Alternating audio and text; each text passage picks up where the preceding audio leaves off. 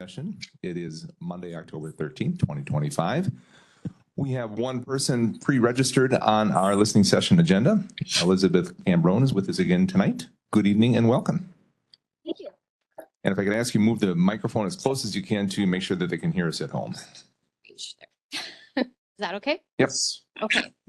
So I'm Elizabeth Cambrone. I'm here to update you all on some key issues regarding the Community Health and Wellness Center project. The first issue that I'll be talking about is construction disruptions. And the second issue is communication failures with city staff. Hi. So the first are construction concerns. We were promised Newton Avenue would not be used for heavy machinery and that Penn Avenue would be the primary entrance and that quiet hours would be respected. A few times in the past 2 weeks, heavy vehicles have been parked outside of my home with engines idling well before 7 a.m. The alongside city vehicles even. One instance blocked some of our trash cans on trash pickup day, which was problematic. Just this morning, another heavy construction vehicle was idling before 7 a.m. On our way out the door, the driver said he wasn't given clear instructions on which gate to use, saw that there was already a backup at the Penn Avenue entrance. So he chose to just wait out on Newton Avenue instead. Now, I understand that miscommunications happen. People are human and make mistakes, but we're so early in this 2-year project, and this has already happened a few times. I'm asking city staff to contact the person directing heavy machinery and clarify these violations and take steps to prevent them from happening again. The second issue that I'm here to address is some communication issues with city staff. So on August 25th, 6 of you voted to move forward with the Community Health and Wellness Center, despite it not being code compliant, and promised to direct staff to work with Newton Avenue residents on traffic mitigation solutions. I've attended both Newton neighbors meetings and listened to the construction meeting, but I'm deeply concerned about how our input is being handled. The first thing is that our input is actually being ignored. At the first meeting, residents were asked for our input. I emailed 2 staff members, one of them being the meeting facilitator, with a clear summary of my and my neighbors' suggestions and evidence-based studies on noise and light mitigation. At the next meeting after that, staff admitted that my input, my email with studies and input was not shared with the whole team. Why ask for input if it's not shared with the relevant people? And I'm also asking which one of you are willing to follow up to ensure this doesn't happen again. The second thing is that evidence-based studies are being dismissed. I provided studies showing effective ways to mitigate noise and lights from slow-moving or idling vehicles. The data clearly shows that current mitigation plans are inadequate. Yet my first attempt to share these studies was declined by Kirk Roberts, who then turned around and presented irrelevant studies to you all instead. My second attempt was at this first Newton meeting, and it wasn't passed on to the decision makers. I'm asking if one of you are willing to review these studies with the staff to ensure evidence-based solutions are incorporated. None of us want to waste money on ineffective solutions. Number 3, the residents' preferences are being overlooked. At the last Park and Rec meeting last week, I believe, a sidewalk on Newton Avenue was proposed at the Newton residents meeting. We ranked mitigation options, and a sidewalk was our least favorite because it would remove our mature trees and increase noise and foot traffic in our yards.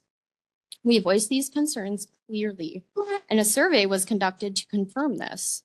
What happened to our feedback? What happened to that survey? I am asking if one of you would be willing to review the survey results or the meeting minutes. Also, my neighbor has the meeting recorded if it's needed. The fourth, next thing, number 4, this is really presented to be a disingenuous process. The solutions offered by staff to us at these meetings had some serious flaws. Most of them, like the sidewalk, did not actually mitigate at all. Staff admitted that their own ideas were unlikely to be approved by the fire marshal or nearby businesses. And most alarming, all of their ideas lack funding clarity. Staff admitted there's little budget for mitigation. and they couldn't say whether homeowners' taxes would have to cover the costs. They even suggested that some of it may have to be paid by homeowners 100% out of pocket. Again, this is all recorded. Demolition begins in days. They've already began some work ahead of schedule because of the heavy machinery I already talked about. If you do have competent staff, which I believe you do, you both have known that this residential road needed mitigation from the very beginning stages of this project. And yet here it is, and it seems like an afterthought with no money in the budget, no real solutions, and no real communication.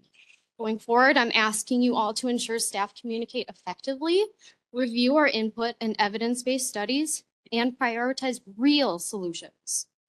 Lastly, many of the homeowners on Newton Avenue are interested in the city purchasing at least some of the homes on Newton in order to preserve the integrity of the rest of the neighborhood. I would love to share some creative ways in which this could happen if any of you are interested. I think that there are some really creative ways that could happen. That's all I have, and I'm also wondering if any of you have questions for me or anything that I can help clarify. Well, thank you for the input. It greatly appreciated. I appreciate the input early on here, as you said, to start looking at and considering and talking about these types of things as we're getting going. Yes, now is the time that we can have that conversation about idling cars, and we can have that conversation about feedback and the different folks that are involved in the committees and so on. So I'm going to look at our city manager and ask that we work closely with that committee and share some of these concerns with this, because I would agree there's nothing worse than an idling vehicle prior to 7 a.m. because it's pervasive. It's not loud, but it's that, yeah, I'm right there with you on that one. And I also want to make sure that I'm not sure who is on that committee or who's on the review committee, but I want to make sure that we have it at a high enough level that we can get appropriate answers and decisions made, or at least if there are questions that need to be brought to the council, they're brought to the council and we have that discussion here. Make sense? Okay. Council, any questions here? Councilmember Lohman? Really just a question for you, Mayor. So in these types of situations with mitigation, I thought our policies had some leeway in terms of what the resident would be expected to pay. I know we have a policy where, if there is mitigation that I thought my understanding was there's some way to kind of help, that we could help with that from a council standpoint. Am I mistaken in that? Or? And off the top of my head, Councilmember, I don't recall. I'm not sure what our policy says in terms of city contributions to mitigation or project contributions to mitigation. We'd have to look into that. I'm not sure. Yeah. So I would be interested to see what we can do around that. I know another idea that was raised, which, we kind of struck down, was this idea where we could do some swapping with HRA. And I know we'd have to do that for the full city. We couldn't just do it just specifically for this. I know that was one of the ideas that was raised. So, but yeah, no, I'd be interested to see what can be done. And work through that, especially I just think in this case, it'd be nice to not see folks be responsible for, this is happening right out in front of right in front of their way for us to kind of cover those things. I know we were looking at doing different things, so it'd be great to help cover some of this stuff to make it a little better. Yep. Thank you. Other input, council? Councilmember D'Alessandro. Checking to make sure it's coming on. There we go. Mr. Mayor, I guess I have a question for the resident, if that's okay. Thanks for being here again, Elizabeth. I want to be sure that I understand. Sidewalks are something that we're doing everywhere around the city. Anytime we do any kind of pavement management program, if there's the opportunity to do a sidewalk, we're going to do a sidewalk. So was this particular conversation that you had, was that made clear that was part of the reason why they were proposing a sidewalk? I understand the mitigation part of it, and I would imagine kids on sidewalks are better than kids in the street, right? And so I get that from a safety perspective as well. But we do kind of have a policy at council is when you do PMP, when you go in and you do street construction, we're going to add sidewalks because our goal is to get sidewalks on every street in the city. So I just want to I want to understand if that was clear to you or if that was discussed at all and what was the feedback there at that point? Yeah. Thanks. Thank you for that question. So it was presented to us that our street, Newton, is not on the big plan, right? It's on a website somewhere. I don't remember the website of, yes, it is not on that to be redone anytime in the near future. So a sidewalk is not planned in the near future to be put in our street. This would be put in solely for the Community Health and Wellness Center in attempt to, I don't want to say appease us, that's probably not the right word, accommodate us. That's how it was presented to us. Did that answer your question? The problem, the issues we have with a sidewalk would be great. However, they explained to us it would have to cut down a lot of our mature trees, which exposes us more to the traffic, the lights, the noise. It also is going to cut into our yards. So without appropriate mitigation, I would say mitigation and the comfort and safety of our own yards is priority number one, and pedestrian safety for our kids and our elderly are number two. Yeah, and I If that completely, makes sense. it Yeah. does. And I think, Okay. thanks for the question or the answer. It does. I'm guessing that it was an accelerant on the program plan, if you will, to try to do the accommodation.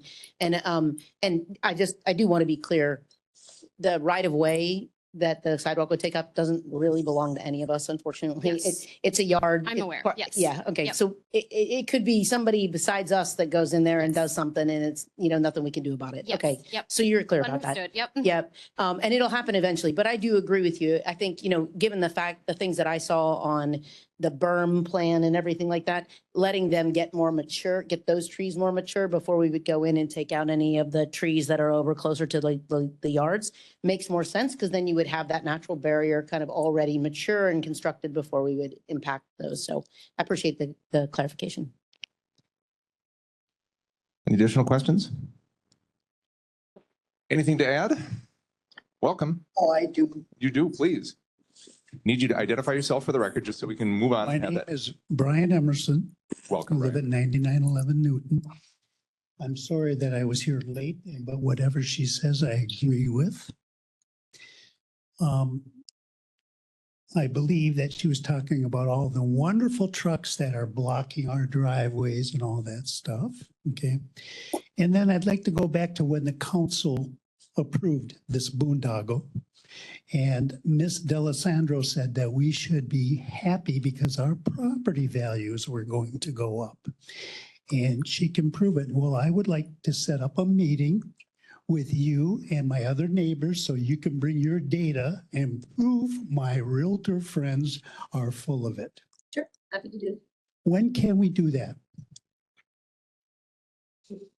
Why don't we take that offline and make sure that we have an opportunity? Absolutely. That's I'm fine. on vacation for a couple of weeks and have some work travel, but I'll make sure that happens. Thank you, Councilmember. Yep, absolutely. All right, that's all I have to say. Very good. Any additional questions on that, Council? All right. Thank you both for coming in tonight. Anyone I know I said a lot, but anyone like this, or I can. Well, yes, why don't you share it with our council secretary here and we'll make sure that people see a copy of it. Yep. All right. No problem. Thank you. Council, I don't see anyone else in our listening session room looking to come forward. I would entertain a motion to adjourn our listening session and head downstairs for our council meeting. So moved. Motion by Councilmember Lohman, second by Councilmember Mua to adjourn this evening. All those in favor, please signify by saying aye. Opposed, motion carries 5-0. We are adjourned. Thank you much.